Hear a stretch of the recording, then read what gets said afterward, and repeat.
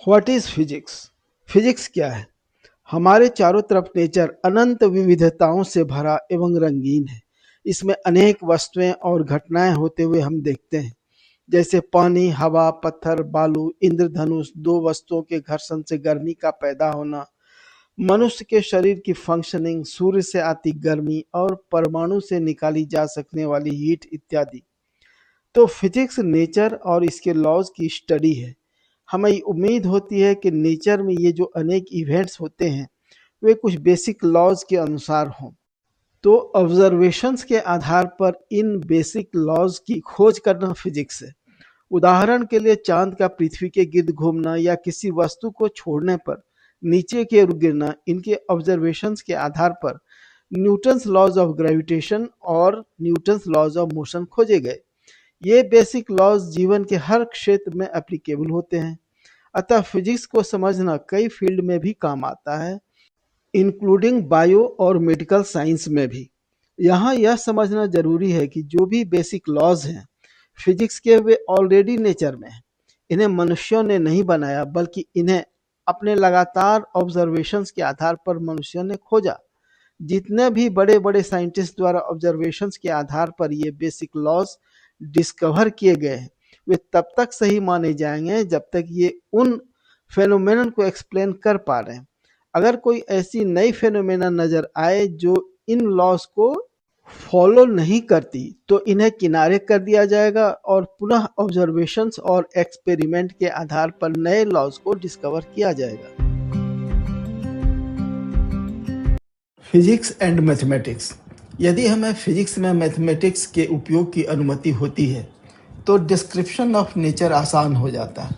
For example, gravitational law को physics में इस तरह कहते हैं कि दो मासेस के बीच gravitational force product of masses के प्रोपोर्शनल होता है और उनके बीच की दूरी के स्क्वायर के इन्वर्सली प्रोपोर्शनल होता है। यदि हम मैथमेटिक्स का यूज करते हैं तो आसानी से इसे एक्सप्रेस कर सकते हैं कि gravitational force F is proportional to m1 m2 divided by r square. फिर मैथमेटिक्स के टेक्निक्स जैसे अलजेब्रा, ट्रिगोनोमेट्री और कैलकुलस को उपयोग में लेकर हम बेसिक लॉज के आधार पर कई प्रेडिक्शंस कर सकते हैं।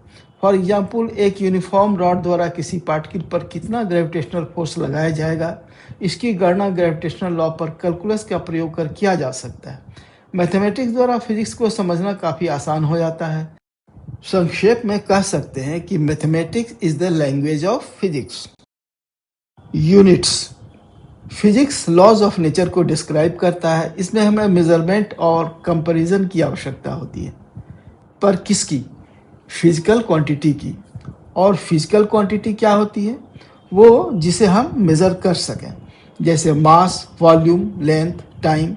ये सब फिजिकल क्वांटिटी हैं क्योंकि इन्हें हम मेज़र कर सकते हैं।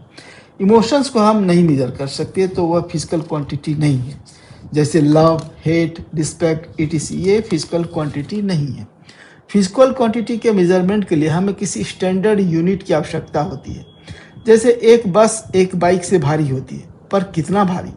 इसे आसानी से आंसर किया जा सकता है यदि हम मास के लिए एक स्टैंडर्ड यूनिट चुनें, जिसे हम कहेंगे यूनिट मास। अब यदि बाइक यूनिट मास से 20 गुना ज़्यादा है और बस यूनिट मास से 200 गुना ज़्यादा है, तो आसानी से कंपैरिजन कर आंसर कर सकते हैं कि यह बस बाइक से 10 गुना भारी है। जब हम किसी फिजिकल क्वांटिटी के मेज़रमेंट को एक्सप्रेस करते हैं तो उसमें दो भाग होते हैं। पहले भाग में वह संख्या होती है जो यह बताती है कि यह स्टैंडर्ड यूनिट के कितना गुना है, जबकि दूसरा पार्ट उस स्टैंडर्ड यूनिट का नाम होता है। फॉर एग्जाम्पल, जब हम किसी दूरी को 5 किलोमीटर बताते हैं तो पहला पार्ट 5 बताता है कि यह दूरी स्टैंडर्ड यूनिट से 5 गुना है, जबकि दूसरा पार्ट स्टैंडर्ड यूनिट का नाम है जो यहाँ किलोमीटर लिया गया है।